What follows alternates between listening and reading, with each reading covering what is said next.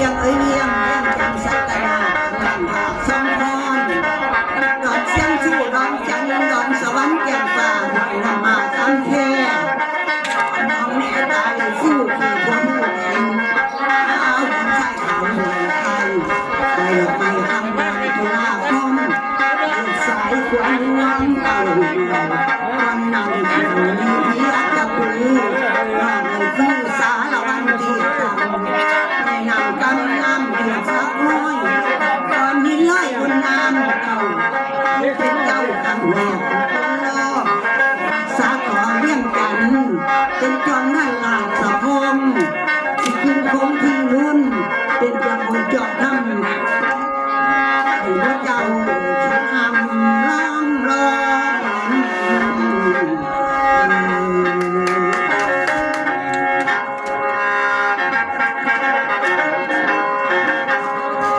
โอ้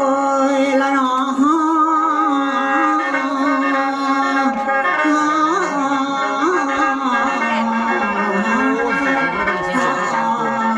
บางหอนปวดหัว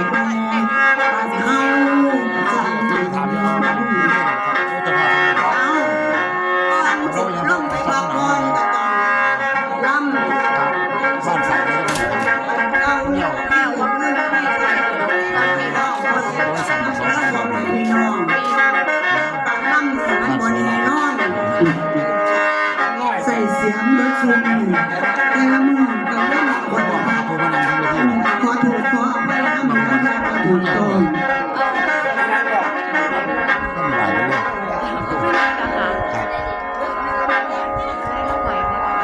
แล้วมันว่าโน่นให้เขาจะรักเลี้ยง เขาเป็นชีวิตที่ดีครับ เอาไปเอามาเอาเอาเรื่องแม่ดูนะเดี๋ยวน้องพออย่างไรจะเอา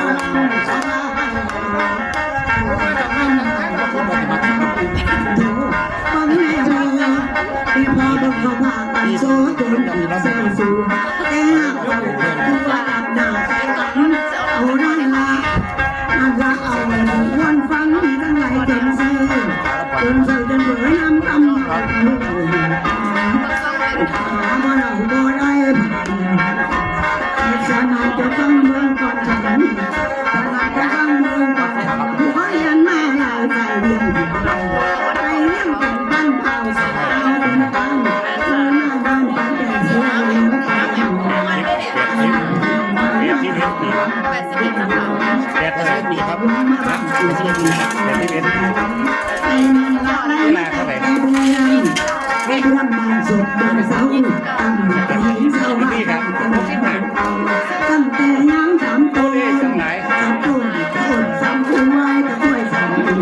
สามตัวไว้ถ้วยสามตัวเอาหาแต่น้ำโขงมันละยังเป็นห้องบ้านบ่อท่านนี่แม่ลำพูนลำชีหาทางสร้างงานทำแถวเองบ้านหาไปหาเงินบ่นี่แต่ดินยังตีก่อนแรงอยู่น้ำแจ้งมาผู้เขาหลอกไปบุญผู้เปียดีก็เสียเต็มปากวันนี้ถ้าให้หัวเพื่อนสั่งไปละไปอย่ามาก่อนนะก่อนนะก่อนตามองให้แต่ก่อนตามไปยังทำมา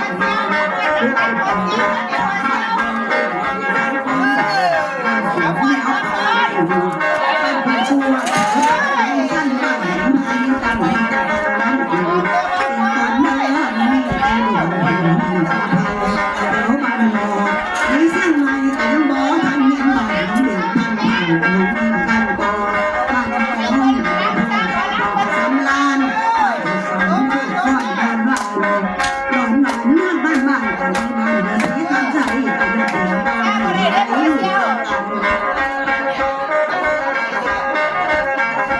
ในนายมาเป็นสันสันบานทานมาเพื่อ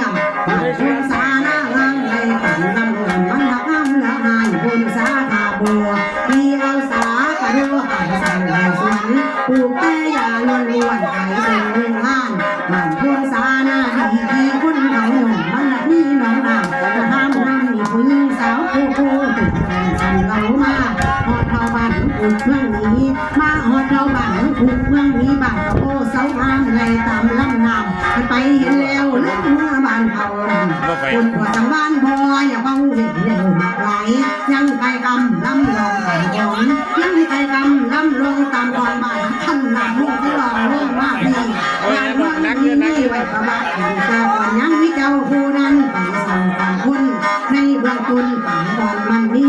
ในเบื้องต้นต่างก่อนมันมีนั่งวิสาตาโลดผู้คนนั่งบาดใจอันนั้นนั่งเรื่องนี้มีสื่อ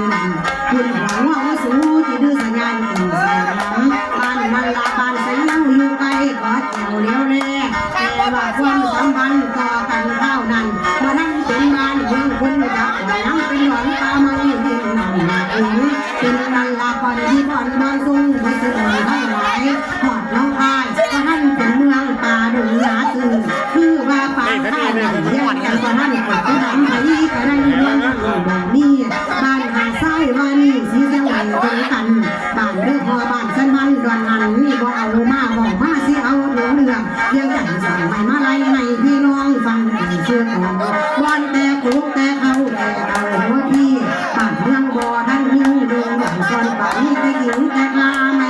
ไปเห็นในลำโขงยังเป็นดอนเบิ้ลดอนเสียงนี่ไปดินใส่แห่งเพื่อนสิ่งที่ผ่านไปอินท่าอยู่เส้นสะบัดดินบนลุ่มเอาพวกสามักไปลงจากบนสวรรค์นี่แต่จวงกันหวามบานลุ่งในดินบานลุ่งเหมือนหินนั้นกันจังวันจังกระเตยต้นไม้หลังสั่นแล้วแล้วก็มีผู้เฒ่าชื่อว่าพันลา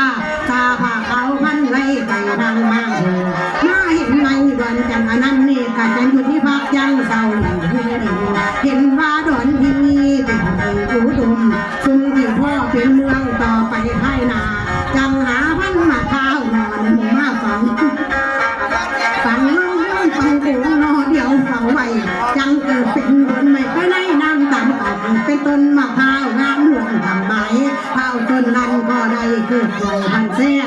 งเดี๋ยวมีพันบุญลุนลงเต็มพื้นอายุยืนมาได้พันถึงสุขสวงบ่ได้กลัวมูเจ้าเห็นเดินทางไทยจังมีสอยมาไว้เวียงเวียงจันพันข้าวบางนั่งพี่ข้าวเตนั่งดีข้าวหำดีข้าวตอกนั่งตอกซุ้มที่นาปากองไปหาแหลกสางบางต่างบางละจังหงเลี้ยงจันลาช่างเป็นเจ้ากันแม่ที่เต้าตูดข้างหัวกันเก็บวันนี้ไปนอนที่บ้านเด็กว่าสามร้องแนวทำข้าวสีดำเป็นคนขาสางกันเลี้ยงจันห่างเป็นคนที่มาเจาะพระจันทร์ว่าบังขอห้างเป็นกระต่ายนวลมันหอยบันหันตอนเลี้ยงจันลานสางมีหลายคนมาสั่งเลี้ยงจันแต่ก่อนบอยบอกเขาสาวแล้วท่านเราเสือเลี้ยงต่อมาหอดปันเรื่องเจ้าองค์กษัตริย์ชื่อสัตตาลักษาเด่นน้ำพุนโยธาน้ำมันทัวมาสั่งในทางดอนขวัญใหม่ในดงบอลว่าพญานาคน้ำมาสั่งเสริมน้ำเอาพวกพี่น้องข้ามฝั่งลำโขงตรงขึ้นไปถึงเลี้ยงอยู่กันข้าวนั้นมีเรือเพชรเป็นน้ำจอติดในพญานาคน้ำมาสั่งเสริมสั่งเลี้ยงจันเสร็จแล้วพญาเมืองขึ้นนำเลยสุขเสือทางเมืองบ่อนเมืองได้ลูกน้อยสื่อว่าจันว่าได้ลูกน้อยสื่อว่าจันหาหามมีสวนมาหลบญาติเอาไปได้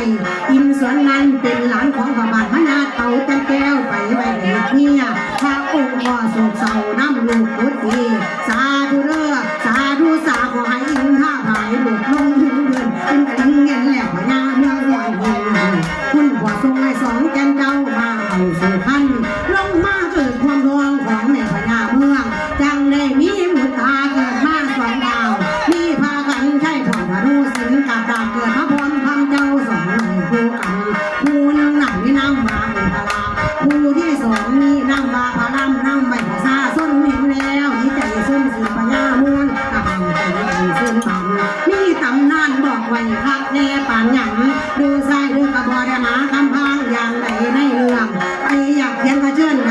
ใครอยากเขียนกระเชิญใดพระวัดเพียงแต่ก่อนสวรรค์ใดนั่นนั้นแฝงเกียงสู่ตอนนั้นแฝงเกียงสู่ต